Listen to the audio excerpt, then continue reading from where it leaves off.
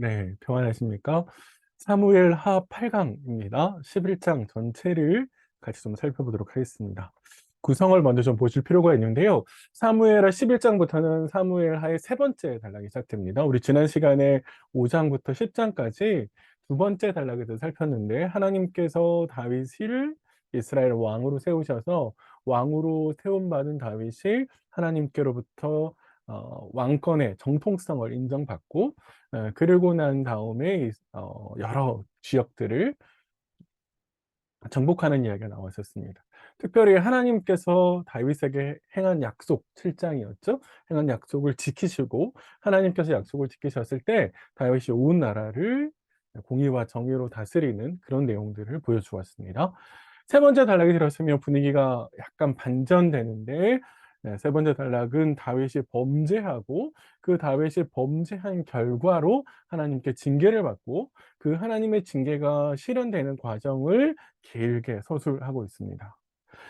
그래서 11장은 다윗의 범죄를 보여주고, 12장부터 20장까지는 하나님의 징계와 그 징계가 다윗 집안에 어떤 모습으로 일어나는지를 상세하게 서술합니다. 크게 두 가지 사건이 일어나는데, 하나는 암논과 다말 사건입니다. 잘 아시는 것처럼 암논이 다말을 범하고 나중에 가면 압살롬이 암논을 죽이게 되죠.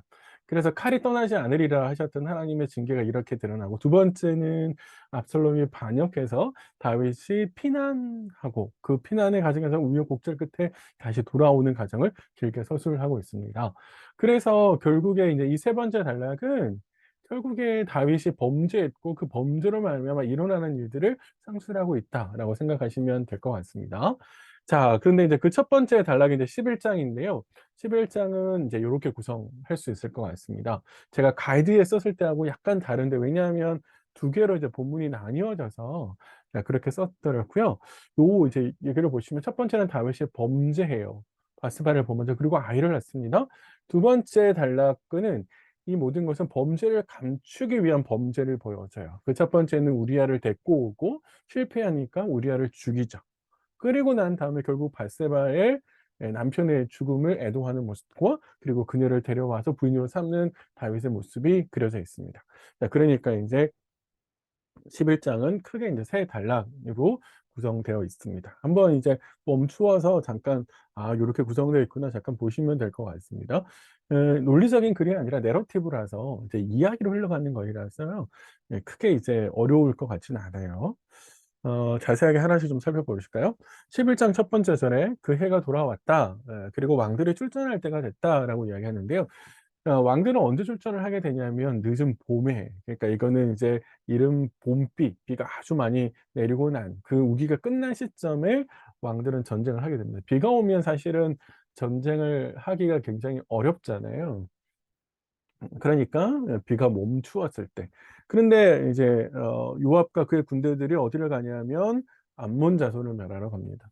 요 암몬 자손을 멸하는 사건은 10장과 관련되어 있습니다. 10장에 암몬이 다윗이 보낸 사절단에 모욕을 가했잖아요.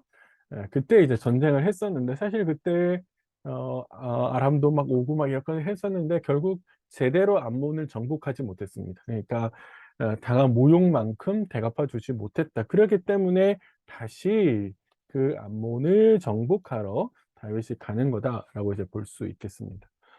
그렇게 이제 군사대를 보냈을 때 다윗은 예루살렘에 그대로 있었습니다.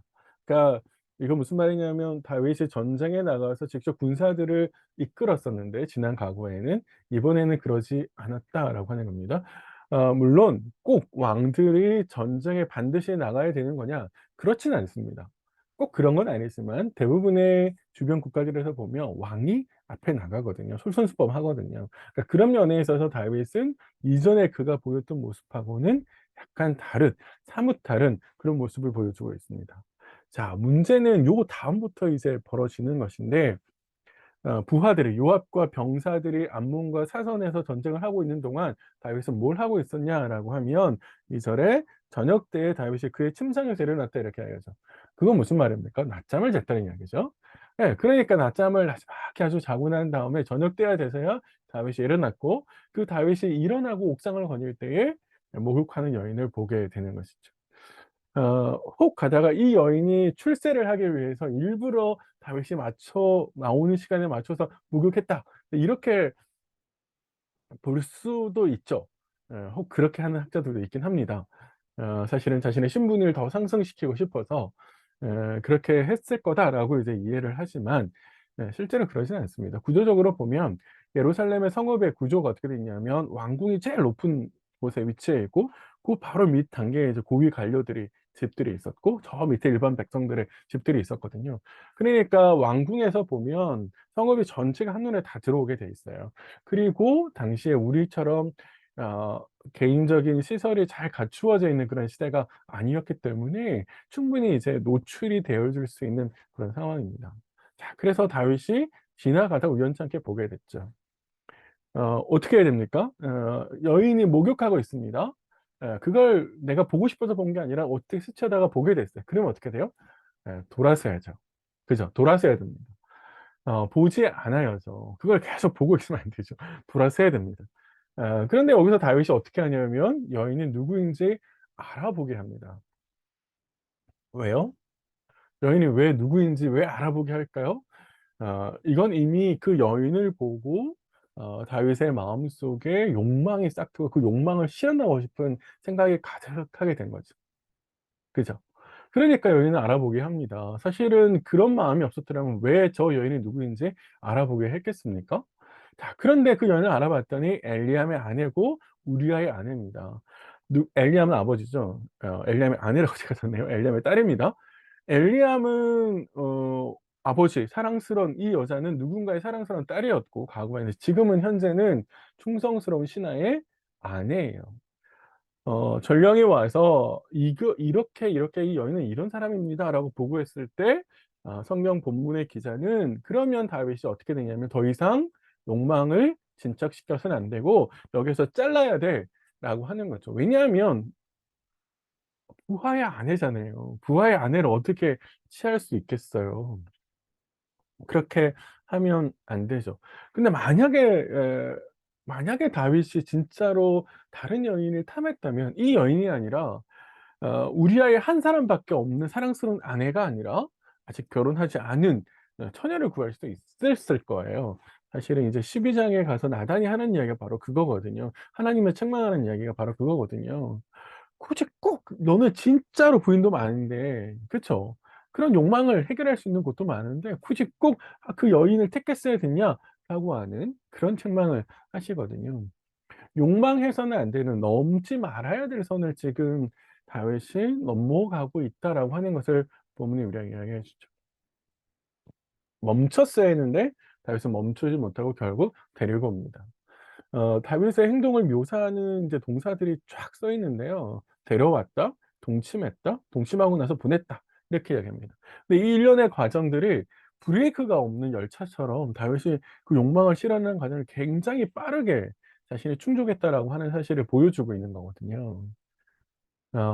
우리가 이제 궁금한 건 5 장부터 10 장까지 우리는 아주 신실하게 그전에도 마찬가지였지만 하나님께 물어보고 하나님의 뜻을 구하고 유다로 올라올 때도 그랬고 이스라엘을 받을 때도 그랬고 왕으로 취임을 받을 때도 그랬고 또 하나님께서 주시는 언약에 대해서 깊이 감사하고 또 하나님께서 약속을 실행하셨을 때 다윗은 어떻게 했습니까? 공의와 정의로 나라를 다스렸잖아요.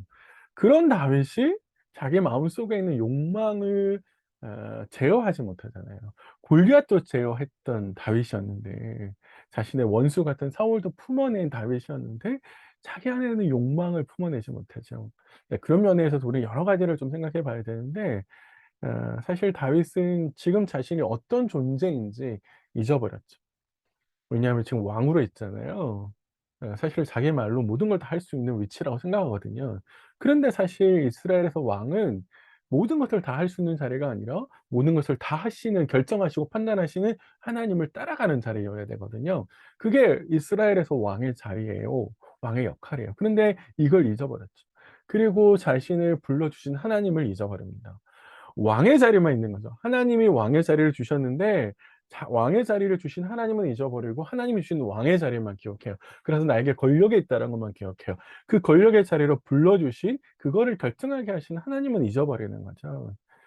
예, 그게 바로 다윗이 지금 이런 욕망에 사로잡히게 된 이유입니다. 그 모두한 것이 은혜인데 은혜를 은혜라고 생각하지 않고 은혜를 감사하지 않으면 이럴 수 있고요. 내 마음속에 계속해서 이런 교만의 마음들을 다듬지 않고 뿌아 버리지 않고 해결하지 않으면 계속해서 이런 생각들을 할 수 있게 됩니다. 다윗은 바로 그렇게 되었다라고 할 수 있고 한 가지만 더 좀 말씀드리면 어 죄를 잘 지나서면 안 돼요.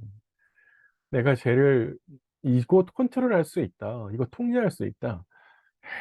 그럴 수는 없습니다. 죄는 만만치 않습니다. 예, 사탄이 만만치 않거든요. 예, 그런 면에서도 다윗은 너무 자신하고 있었다라고 생각할 수 있습니다. 그런데 음 다윗은 그 여자를 돌려보냈습니다. 하룻밤 자신의 욕망을 해결할 수 있는 해소하는 그런 놀이개 정도로 이 여인을 취급하는 것처럼 보여요. 근데 어떻게 됐냐면 그 여인이 임신하게 되죠. 사실 그 임신할 수 가능성을 이미 앞에서 이야기했습니다. 그 여자가 4 절에 그 여자가 그 부정함을 깨끗하게 하였다. 이 말은요. 생리 기간이 끝났다는 거죠. 그러니까 가임 기간이 왔다라고 하는 것을 표시하는 것이고 그래서 결국에 그 여인을 임신하게 됩니다. 다윗은 하룻밤 자신의 욕망을 해결하고 그것을 완전 범죄로 꿈꾸었을지도 모릅니다. 부하의 아내를 취했다라고 하는 그런 파렴치한 군주가 되지 않기 위해서 아무런 일이 없었던 것처럼 그 여인을 돌려보냈는데 그러나 사실 죄는 흔적을 반드시 남깁니다. 인간은 알 수 없지만 하나님은 아실 수 있고 그리고 그 하나님이 죄를 들추어 내시죠. 만약에 이 여인이 임신을 하지 않았다면 어떻게 됐을까요? 네, 다윗은 완전 범죄라고 생각했을 거고 다윗의 죄는 묻혔을 것이고 그런데 그 죄가 거기서 멈추는 것이 아니라 다윗은 더 큰 죄를 지었을지도 모르겠다라는 생각이 듭니다. 여인이 임신을 했어요? 그러면 이제 어떻게 해야 될까요? 감추어야죠. 그래서 다윗은 꿍꿍이 속으로 계획을 꾸미는데 다윗의 계획은 이러합니다. 이제 화면에 보시는 것처럼 첫 번째는 누구를 불러와야 됩니까? 우리아를 불러와야죠. 밧세바의 남편이잖아요. 아이가 임신했는데 자신의 아이가 아니라 우리아의 마치 아이처럼 만들어 줘야 되는 거거든요.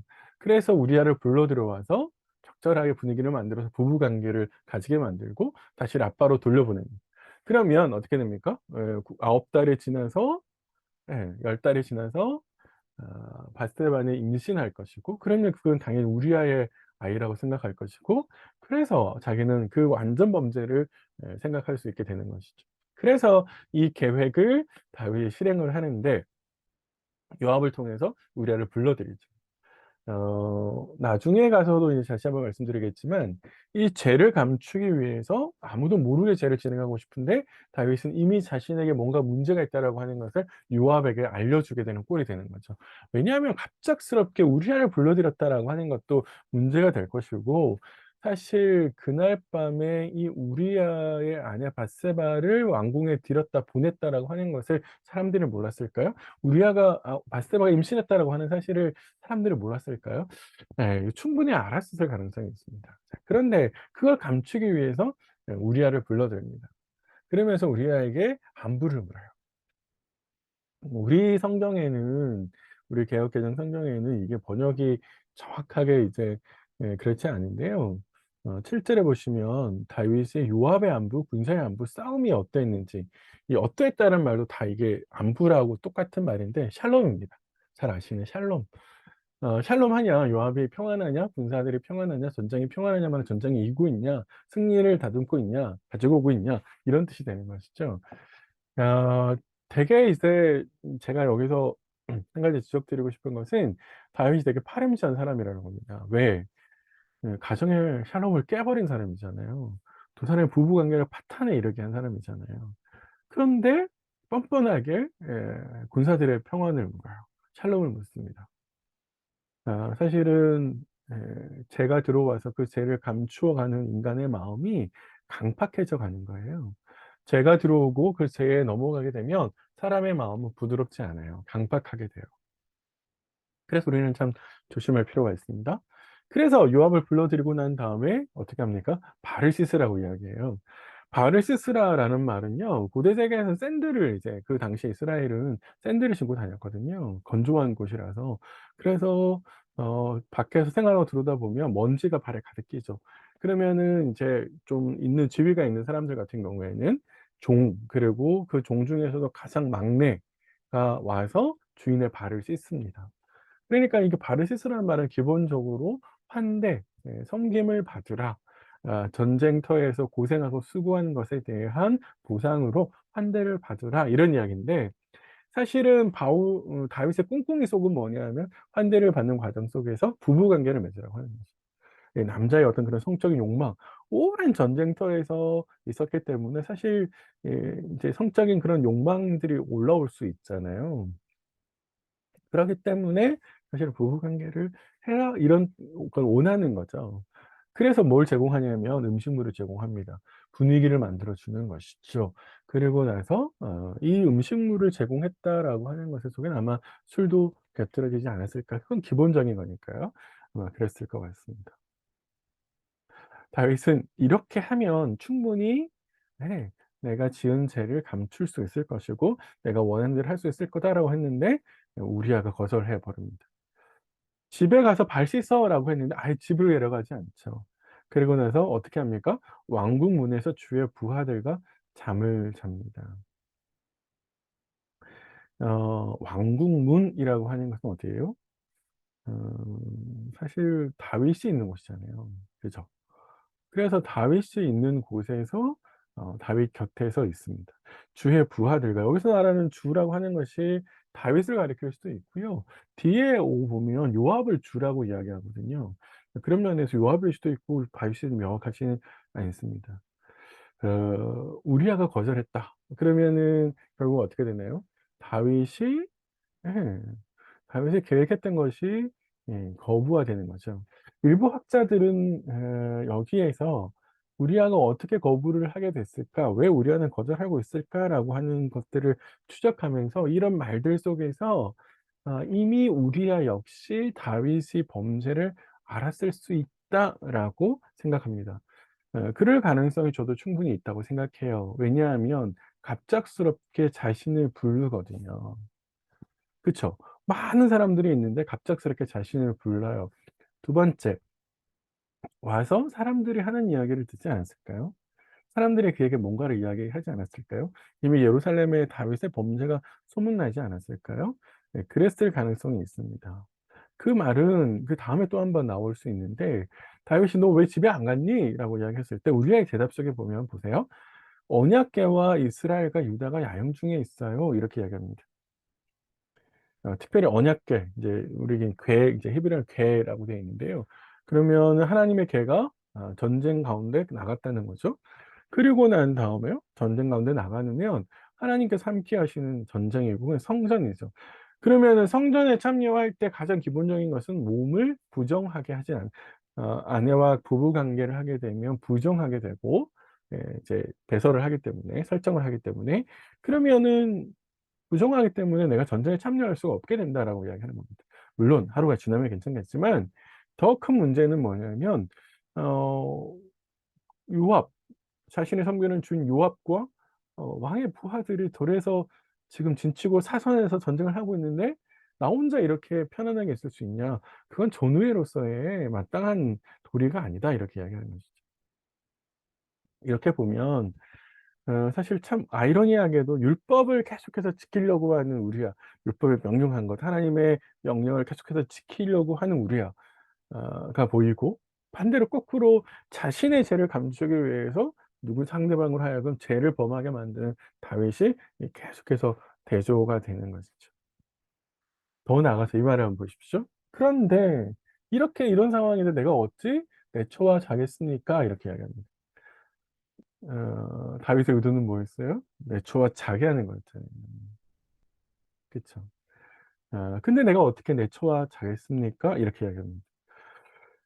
어쩌면 우리아가 이렇게 이야기하는 것은 다윗의 의도를 충분히 알아차렸을 거다라는 생각을 하고, 다윗의 의도가 이거였다면 왜 다윗이 계속해서 나에게 이걸 시켰을까를 생각해 볼 수 있고, 말씀드린 대로 그런 분위기 속에서 이미 우리아가 다윗의 범죄 사실을 알았을 가능성이 있습니다. 그래서 거꾸로 더 세게 이야기하는 거죠. "내가 어찌 내 처와 자겠습니까? 이 일을 행하지 않기를 왕과 왕의 혼을 맹세해서 내가 하지 않겠습니다."라고 이야기합니다. 이게 강조해서 하는 표현이거든요. 보통은 혼만 하나만 딱 이야기하는데 두 개 다 이야기하고 있거든요. 그런 점에 있어서 우리아는 충분히 다윗의 범죄 사실을 알았을 가능성이 있습니다. 그리고 사실 이 우리아가 범죄 사실을 알았다면 왜 왕에게 직접 구하지 않았을까? 사실은 우리아는 다윗이 먼저 말해 주기를 기다렸는지도 모르겠습니다. 추론해 보면 그게 훨씬 더 왕다운 것이고, 내가 섬기는 주군의 모습이 그러하기를, 그렇게 용기를 내어 주기를 기다렸는지도 모르겠습니다. 그게 사실 다윗도 살고 자기도 살 수 있는 길이라고 우리아가 판단했을지 모르겠거든요. 그런데 다윗이 어떻게 하냐면 끝까지 자신의 범죄 사실을 이야기하지 않죠. 네. 이야기하지 않습니다. 오히려 두 번째 실행을 합니다. 아까는 집으로 내려가서 어떻게 아내와 함께 환대를 받으라고 했는데, 이번에는 직접 자신이 환대를 베풀어 줍니다. 그러면서 술을 많이 마시게 해서 취하게 만들고 집으로 보내서 아내와 함께 또 뜨거운 하룻밤을 보내게 만들려고 합니다. 근데 다시 우리아가 거절해요. 부하들과 함께 침상에 눕으려고 하고 집으로 내려가지 않습니다. 끝까지 자신의 죄를 덮으려고 하는 다윗의 계획이 실패하게 되고, 이것은 거꾸로 우리에게 죄를 덮을 수는 없다라고 하는 것을 말해 줍니다. 죄를 덮는 것이 아니라 죄는 하나님께 고백해야 되는 것이고, 그 죄를 계속해서 감추어서 더 큰 죄를 짓기 전에 여기서 지금 당장 고백하고 돌이키는 것이 가장 현명한 방법입니다. 네, 다윗은 사실은 그렇게 하고 있지 못한 것을 보게 되고요. 그런 면에서 생각해 보시면 우리는 다윗을 성군이라고 생각하고, 그리고 마태복음에 보시면 아브라함과 다윗의 자손, 사실 헬라어에는 다윗이 먼저 있거든요. 다윗, 다윗이 이스라엘 백성들이 가장 먼저 가장 좋아하는 그런 모습이지만, 그조차도 인간이라는, 연약한 인간이고 '인간은 언제든지 넘어질 수 있다.'라고 하는 것을 우리에게 교훈해 주고 있습니다. 그래서 한번 쭉 생각해 보시면 아까 말씀드린 것처럼 신앙은 타락할 수 있어요. 근데 신앙은 생명이라서 이 생명은 항상 자라가야 되는 거거든요. 물론 우리의 신앙은 이렇게 롤러코스터처럼 왔다 갔다 하는 면이 있지만, 그 경향성은 점점 자라가는 방향이어야 됩니다. 자라가지 않는다라고 하는 거꾸로 죽어가는 것이고, 죽어간다라고 하는 것은 타락한다는 것이거든요. 그래서 매일 다듬어서 내 마음을 다듬고 내 안에 있는 불순물을 제거하지 않으면 하나님도 잊어버리게 되고 소명도 잊어버리게 됩니다. 다윗은 어쩌면 왕의 자리에서 방심했고, 그 방심이 방종을 낳은 겁니다. 다듬어 가지 않은 오랜 세월, 그 세월이 만드는 결과물이라고 볼 수 있는 것이죠. 우리의 마음의 상태가 어떤지, 내가 날마다 하나님 앞에서 내 마음을 잘 다듬고 있는지 돌이켜 보시면 좋겠고요. 아까 말씀드린 대로 '상대하기 쉬운 죄는 없다.'라고 하는 것, 너무 자신해서는 안 되고요. '통제할 수 있다.'라고 자신할 수 있는 죄는 없다라고 하는 것, 내 안에 들어있는 사소한 죄라도 끊어내야 됩니다. 하나님 앞에 힘을 구하고 끊어내는 모습들이 필요하고요. 아까 왕이 된 것도 한번 생각해 보세요. 이스라엘에서 왕에 대한 이유는 결정하시는 하나님을 따라가는 자리인데, 실제로 모든 것을 스스로 결정하려고 하죠. 내가 원하니까 데리고 오고 그 여인을 치하해 버리잖아요. 그리고 내가 원하니까 다시 그 죄를 없애 버리려고 해요. 그게 진짜 왕으로 다윗을 행사하고 있습니다. 불러주신 하나님, 그 하나님을 기억해야 되는데 하나님은 온데간데 없고 하나님께 주신 왕의 자리에서 권력을 누리려고 하는 모습만 남아 있는 거죠. 우리에게 주신 역할들도 이런 차원에서 생각해 볼 필요가 있습니다. 내게 역할을 맡기셨거나 혹은 내게 부르심을 주신 분은 하나님이신데, 그 하나님은 잊어버리고 자꾸 내가 내가 맡은 직책, 역할, 권위, 어떤 권력 이런 것들만 생각해서 '하나님께서 원래 의도하신 것과 다른 모습으로 갈 수 있을 거다.' 이런 생각을 좀 해 보고요. 다윗의 죄가 흔적을 남겼죠. 우리아의 아내가 임신을 했잖아요. 그래서 하나님 앞에서 사실 감추고 질 수 있는 죄는 없다. 하나님의 모든 것을 다 아신다. 그런 차원에서 우리가 죄에 대해서 어떤 태도를 지니고 있는지도 한번 고민해 보셨으면 좋겠습니다. 우리아와 다윗을 대조하는 모습도 참 많이 생각해 볼 수 있는데요. 사실은 신앙의 전형적인 사람은 다윗이어야 되는데 오히려 이방 사람 우리아가 하나님 앞에서 신앙의 기본적인 아주 본을 보여주는 모습으로 있죠. 자신의 평안보다 하나님의 명예, 동료의 안위를 걱정하는 그런 우리아가 정말로 신앙인의 본이 되죠. 신앙인은 나의 만족이 아니라 우리의 만족, 나의 안위만이 아니라 우리의 안위, 그리고 더욱 무엇이 더 하나님께 위하는 것인가, 하나님의 백성으로서 사는 길인가, 이런 것들을 생각하는 거라서 그런 점에서 우리 안에 굉장히 신앙의 본이 되고 있다 라는 것을 기억하셨으면 좋겠습니다. 예, 13 절까지 말씀드렸고요. 이제 14 절부터 이제 끝까지 말씀드리는데 다윗이 범죄를 감추기 위해서 우리아를 불러들였는데 우리아가 안 따라줬잖아요. 그래서 결국 다윗은 어떻게 하냐면 우리아를 죽여야 되겠다고 생각합니다. 네, 끔찍한 범죄를 저지르는데 내용이 복잡하지 않아서요. 금방 저희를 살펴볼 수 있을 것 같습니다. 결국 다윗은 우리아를 죽이기로 결정하고 그래서 어떻게 하냐면 우리아를 극렬한 싸움터로 배치시키라고 요압에게 명령을 합니다. 근데 그 명령을 어떤 식으로 보내냐면 왕의 편지를 보내는데 우리아를 통해서 요압에게 가게 만들어요. 근데 고대 세계에서 왕의 편지, 왕의 서신은 인장을 꽉 찍어서 지시한 사람 외에는 볼 수 없거든요. 뜯으면은 그게 탁 이렇게 표가 나기 때문에. 그러면은 다윗은 지금 어떻게 하고 있냐면 "우리아를 죽여라."라고 하는 사형 집행 명령서를 당사자인 우리아의 손에 들려서 요압에게 보내는 거잖아요. 이거 얼마나 잔인합니까? 아 다른 사람들은 눈치 못 채게 그럴 수 있지만 사실은 다윗이 정말로 잔인한 짓을 하고 있다라고 하는 것을 볼 수 있는 겁니다. 사람은 이럴 수 있습니다. 사람은 이래요. 어떻게 다윗이 아니요. 다윗도 그럴 수 있어요. 그러면 어떤 이야기입니까? 우리도 그럴 수 있다는 거예요.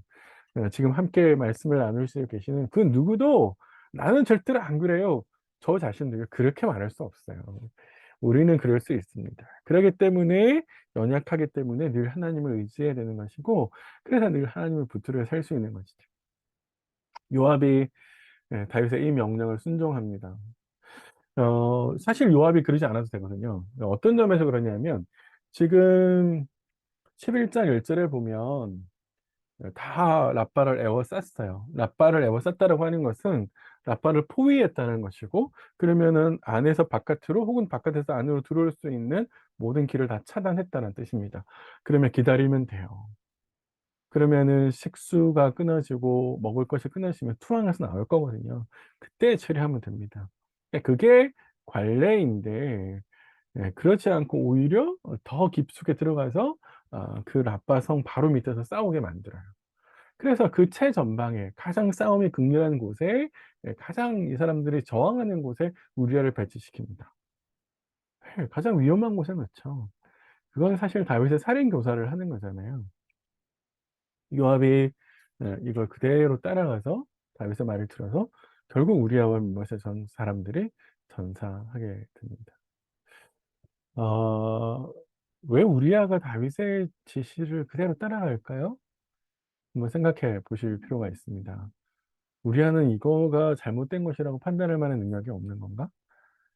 사실 우리아의 입장에서 보면 다윗의 이런 명령을 거부할 선한 마음이 없는 거고 어쩌면은 다윗의 이런 의도를 알아차리고 이걸 이용해서 자신을 출세할 수 있다는 생각을 했을 가능성이 있습니다. 그 권력에 사실 욕심을 내는 거죠. 그런 면에 있어서 다윗도 요압도 큰 차이가 없는 짓을 하고 있다라고 볼 수 있습니다.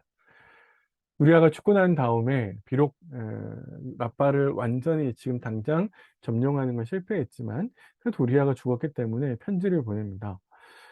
군사령관으로서 요압은 왕에게 현재 전쟁의 진행 상황을 보고할 의무가 있습니다. 그래서 보고를 하는데 아주 이제 전령을 시켜서 상세하게 보고를 했다라고 보고를 하죠. 그건 뭐냐면 상황을 알려주기 위한 보고가 아니라 다윗의 지시를 이행했다라고 하는 거죠. 다윗이 뭐라고 시행했습니까? "그녀랑 싸울 때 넣으라고 그랬잖아요." 그래서 넣었어요. 그래서 그 다윗 당신의 지시를 이행했다. 그리고 특별히 우리아를 죽였다. 당신이 원하는, 당신이 듣고 싶어 하는, 당신의 죄를 감추기 위해서 그야말로 듣고 싶어 하는 이 이야기를 들려줍니다.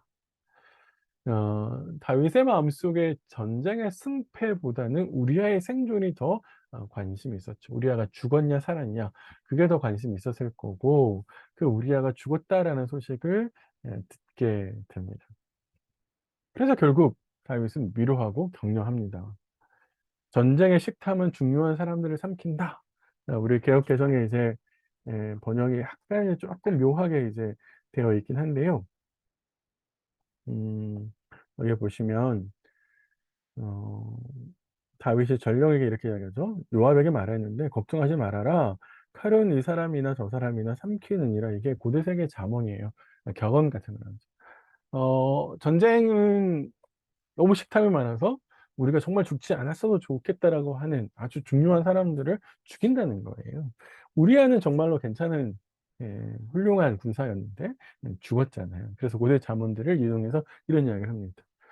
그래서 "암몬 정복에 차질이 없도록 해라."라고 이제 표면적으로 이야기하는 것이지만 실제로는 자신의 범죄 사실을 숨길 수 있게 됐다라고 하는 것을 만족하는 거거든요.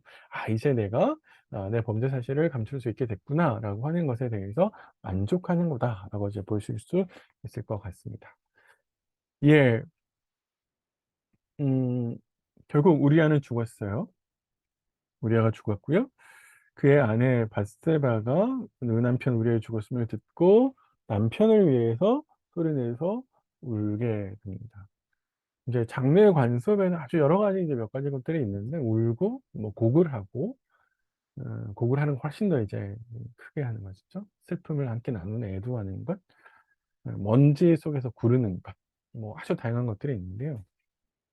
밧세바는 남편의 죽음에 대해서 슬퍼하고 애도합니다. 아까 말씀드렸듯이 만약에 남편을 떠나서 다윗을 가서 출세하기를 바랬다면 밧세바가 그렇게 보실 수 있는 이제 근거가 나중에 밧세바가 굉장히 정치적으로 행동하는 것을 보게 되거든요. 그랬을 때 '처음부터 그랬을 거다.'라고 생각하는 학자들도 있어요. 하지만 진짜 남편의 죽음 앞에서 소리내서 울고 이거에 대해서는 굉장히 슬퍼하는 것이죠.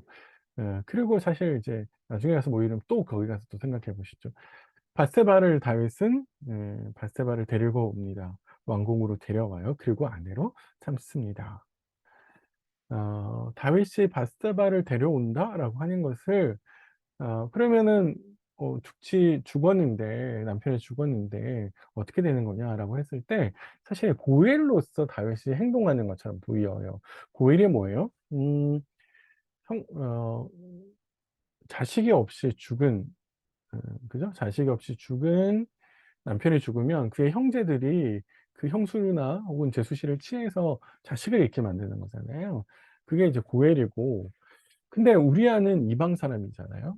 인제 저희가 성경에서 자세히는 알 수 없지만 아마도 누군가가 있을지 모르겠는데 유력하게 다윗이 자기가 고엘 역할을 하겠다라고 이야기했을지 모르고요. 고엘 역할을 하면 어떻게 돼요?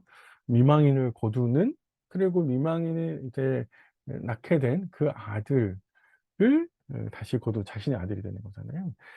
그러니까 사람들에게는 굉장히 선한 행실을 '와 우리 왕이 참 그렇게 죽은 부하의 아내를 거둔다.'라고 하는 '선한 일을 하는구나.'라고 생각했을 수 있고 그렇게 보여줄 수 있고 적어도. 하시고 또 하나는 그 아내를 취하고 싶은 그 여인을 취하고 싶은 자신의 욕망 그리고 그 여인이 가지고 있는 이렇게 임신하게 된 그 아이도 이제 자신의 아들로 삼을 수 있잖아요. 일거양득 욕망과 범죄를 동시에 해결할 수 있는 그런 이야기를 그래서 그렇게 했다라고 이제 보실 수 있겠습니다. 다윗의 모습이 굉장히 악한데 덮기 거짓말을 덮기 위한 더 큰 거짓말이 있잖아요. 우리 사실 거짓말을 감추고 또 거짓말을 하잖아요. 더 크게 해야 되거든요. 그래야 앞에 감추거든요. 그게 계속 쌓여가는 거잖아요. 다윗이 뭘 하고 있냐면 간음을 덮기 위해서 살인의 죄를 저지른단 말이에요. 간음보다 더 큰 죄를 지은 거죠. 죄가 악순환되고 있습니다. 어 사실 이 악순환이라고 하는 것이 얼마나 무섭고 두려운 것인데 가장 좋은 길은 바로 회개하는 거예요. 어 그래야만 더 큰 죄를 저지르지 않고 하나님께서 우리를 용서하시기가 더 빨라집니다. 그래서 일상에서 자꾸만 죄는 또 다른 죄를 부르려고 할 때 용기를 내야 됩니다. 그때 용기가 필요해요. 그래서 악순환을 끊는 가장 좋은 길은 지금 당장, 네, 지금 당장 하나님께 시인하는 것이고 사람들에게 시인하는 것입니다. 만약에 다윗이 우리아에게 "내가 진짜 미안하다. 내가 진짜 욕망을 못 참아서 내가 이제 이 나쁜 짓을 저질렀다. 미안하다."라고 했다면 충신을 잃어버리지 않았을 수도 있겠다 싶습니다. 아이고, 예, 죄송합니다. 두 번째는요. 아까 말씀드린 요압이 다윗의 범죄에 동조하잖아요. 사실은 요압의 마음속에 다윗의 잘못을 지적할 용기가 부재했다. 그렇게 볼 수 있죠. 사실 그런 용기조차 있었을까? 내려고 했었을까? 오히려 그의 안에는 선한 마음은 아예 없고 욕망이 가득해서 사실은 이걸 통해서 출세하고 싶은 마음이 더 가득하지 않았을까라는 생각을 저는 합니다. 그래서 결국에 '욕망의 지배를 받고 있다.'라고 하는 점에서 '다윗과 별반 다르지 않다.'라는 겁니다. 내가 선택하는 것, 내가 추구하는 것이 뭔지를 보면 내가 하나님 말씀의 지배를 받고 있는지 욕망의 지배를 받고 있는지 드러나요. 누군가의 잘못에 대해서 지적할 수 있다면, 그러나 그의 것을 눈 감고 혹은 동조하고 있다면 내 안에 그런 욕망이 있다는 거죠. 네, 내 안에 그런 욕망이 있기 때문에 이렇게 행동하는 거거든요. 그런 점에 있어서 내 마음을 좀 다시 살펴볼 필요가 있겠습니다. 다시 한번요.